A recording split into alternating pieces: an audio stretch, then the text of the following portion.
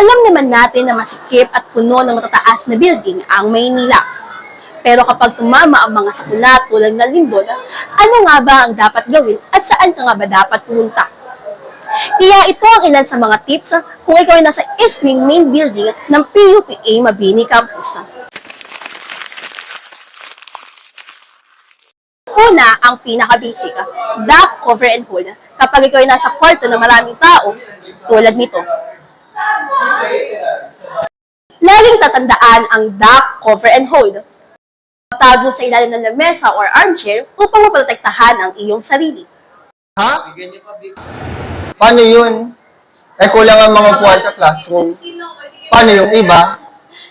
Drop and cover your head at huwag magpapanik tuwing may lindol.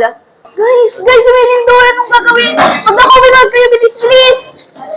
Wait lang, mag-makeup muna ako. Ano ginagawa mo? Lumilit ka na lahat. Nagpapaganda ka pa rin? Mag-cover hood ka na, bilis! Dapat nakado pa rin ako pag in-evacuate. Lagi nating ugaliin na unahin ang sarili bago magpaganda. Baka bago ka pa ma-rescue, nategi ka na. Pangalawa, bawal ang gaya-gaya modus mo. Tandaan sa mga gatong sakuna, mas maganda ang pairal ng pagiging kalmado at maging mapagmasid sa mga susunod na aftershocks.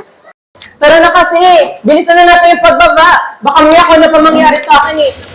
Teka lang. Ay nako, hindi naman to karera para magpaunahan tayo bumaba eh. Hindi mo nga alam kung saan tayo pupunta pagbaba natin. Pustahan pa tayo eh.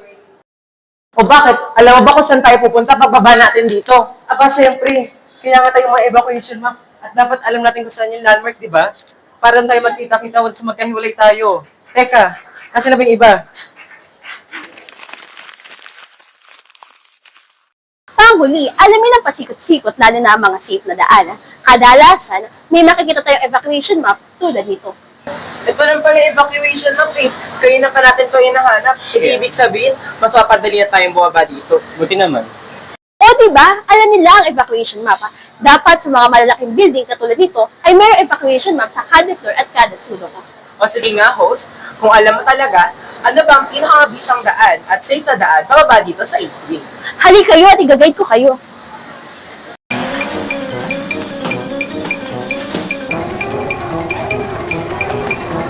Sandali nga, sandali. Teka, kasi East Wing pa rin tayo eh. Sabay mismong safe zone dito. Teka, tara na!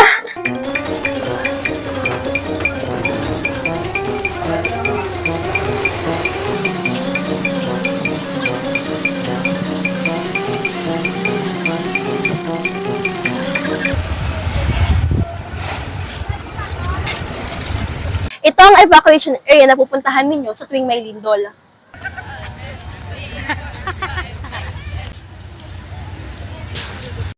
Uy, Scott! Kanina pa ba kayo dyan? Kamusta kayo? Uy, be, okay lang kami dito. Ba't lang tagal nyo? Kanina pa nagantay dito.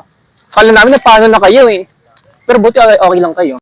Pag nagkaroon ng kahit anong kalamidad o sakuna, hindi pa unang makalabas ang pinakamabisang solusyon.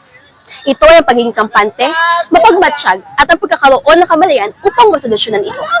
Dahil sabi nga nila, lamang ang may alam.